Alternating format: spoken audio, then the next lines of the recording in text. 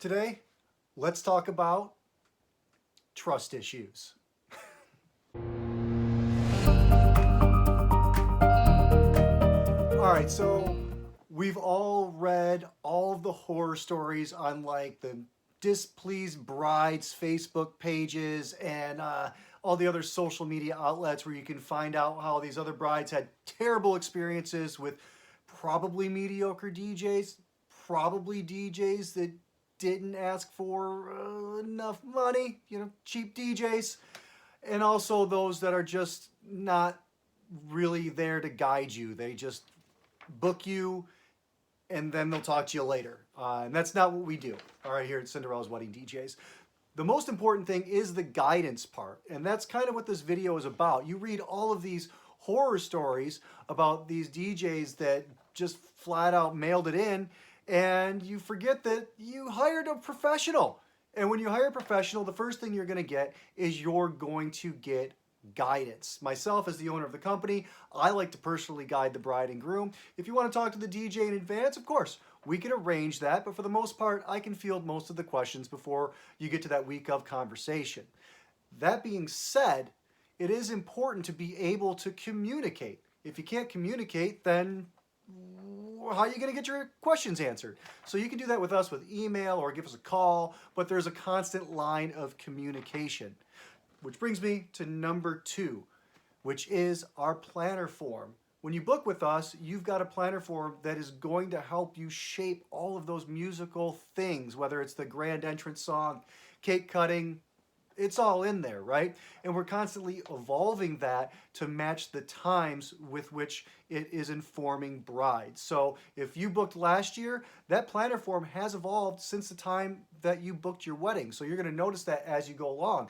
You're going to notice that there's some certain features there that help you even more so.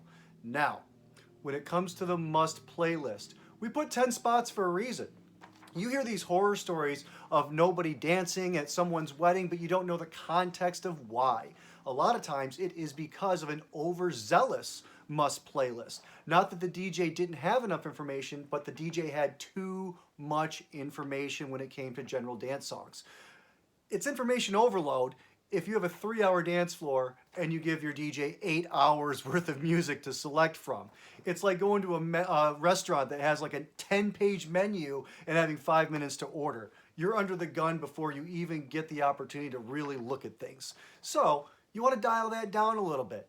If you want to playlist the whole night, by all means, playlist the whole night, but like understand that you may have been a guest at a wedding where that happened, where you thought the DJ was awful, but really he was just following his directions from his clients, which is what we have to do. We do that. If you come up and you request a song, chances are, if I have the amount of time to get it loaded, it's going to be next, unless you're really casual about the request. So keep in mind, when you are doing these monster playlists, that you might have an adverse cause and effect here when it comes to what you're going for. Now, a few songs to put us in the right direction, totally cool. Some do not plays because you'd absolutely despise hearing We Are Family. That's all right. Some of your aunts are going to be upset about it, but so I just wanted to address some of those things because there are some DJs out there that give all of us really great professionals kind of like a black mark. And 90% of the professional DJs out there are amazing. You might come into some spots where you've got like these really big conglomerate companies where you kind of get, you feel like you're just one of a million brides. It happens, but chances are if you push a little bit, you're going to be able to get that, that personal experience, whether it's with the owner of the company like myself, or if they have a CEO or somebody that's head of that DJ department. They should be able to facilitate for you a way to feel comfortable going in later on down the road when you speak with your DJ.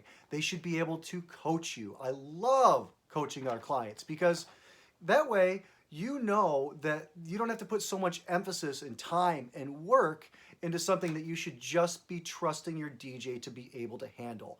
It's the announcements, it's the pronunciation, it's knowing that he's going to be able to make sure that the night runs smoothly, and then of course that you're going to have the best possible dancing that you can for the crowd that is in your room at the venue at the time.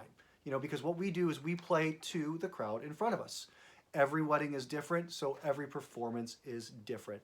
I really hope this helped calm your nerves a little bit, because most of us DJs out here are doing a great job for our clients, but I've read a lot of really weird stuff on like the Michigan Displeased Brides website. That's really hard to say. The Michigan Displeased Brides Facebook page to make me want to make this video. Contact your DJ. Contact them with email. If they're not getting back to you, then yeah, call them. But make sure you are also reaching out for that line of communication to make sure that it's there. But most importantly, before you sign on the dotted line, make sure that you're going to be able to have that line of communication throughout the entire process and all the way through your big day. We'll talk to you soon. Give us a call if you want a DJ, one that's pretty darn good. Take care.